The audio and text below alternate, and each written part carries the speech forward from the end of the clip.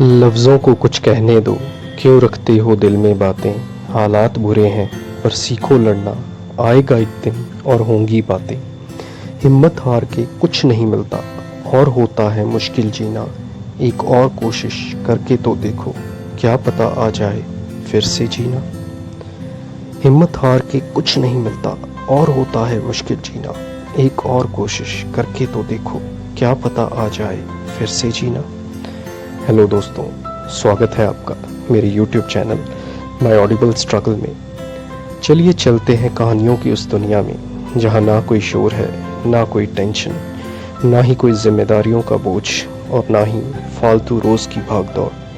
अगर कुछ है तो बस सुकून।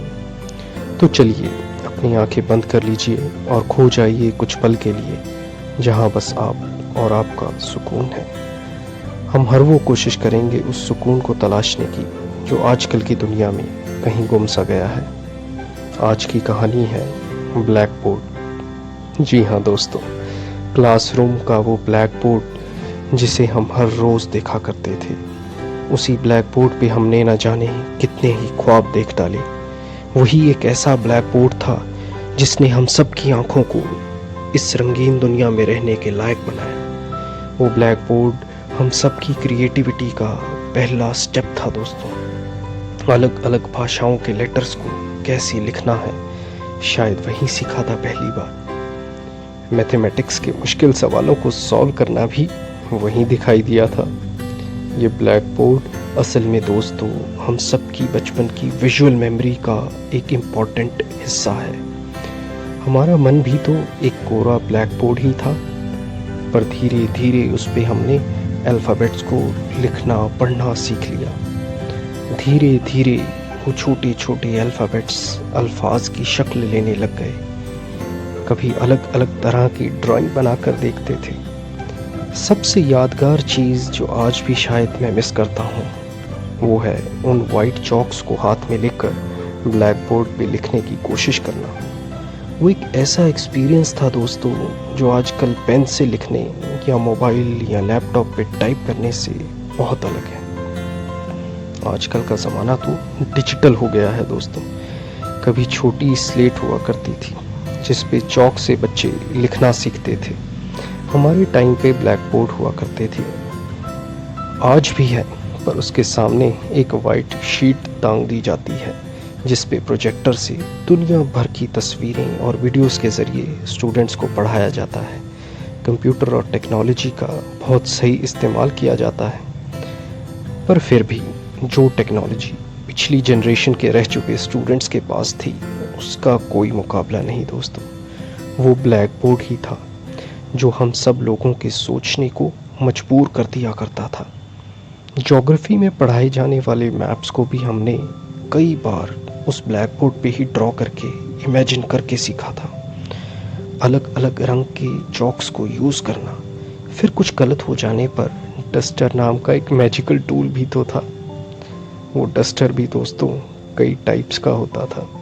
एक तो लकड़ी का बना हुआ, उस पे हल्की सी स्पॉन्ज लगा देते थे और कई बार स्टूडेंट्स उसको घर से बना कर लाते थे। कॉटन डालकर उसे कपड़े में अलग अलग तरह से बनाते थे लिखा हुआ मिटाने को। हर पीरियड के बाद ब्लैक बोर्ड की शक्ल ही बदल जाती थी। हमारी लाइफ भी कुछ इसी ब्लैक बोर्ड जैसी ही है दोस्तों।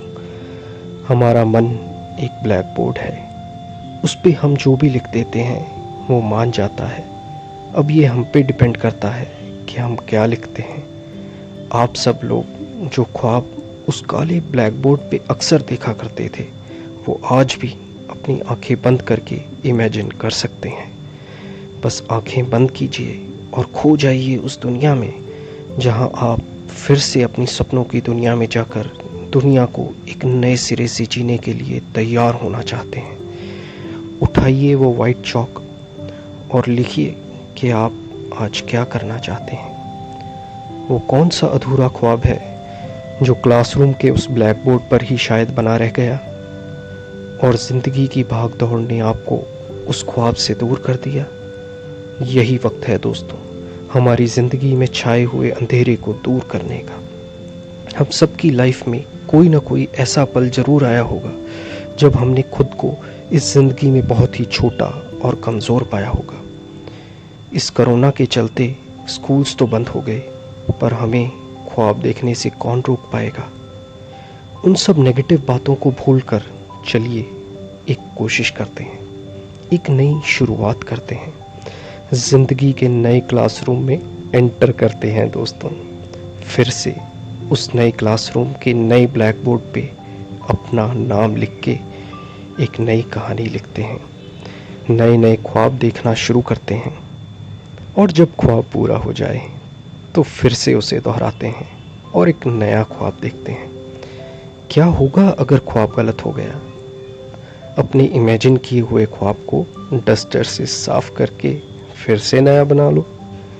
पर इम्पॉर्टेंट है दोस्तों शुरुआत करना, वो पहला स्टेप लेना।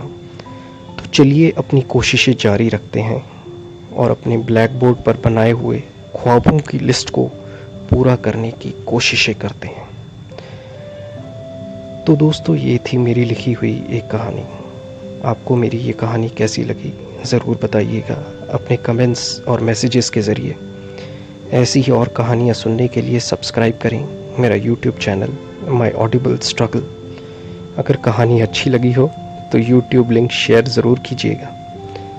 चलता हूँ दोस्तों, अपना ख्याल रखिएगा और हर हाल में मुस्कुराते रहिएगा। Thank you very much.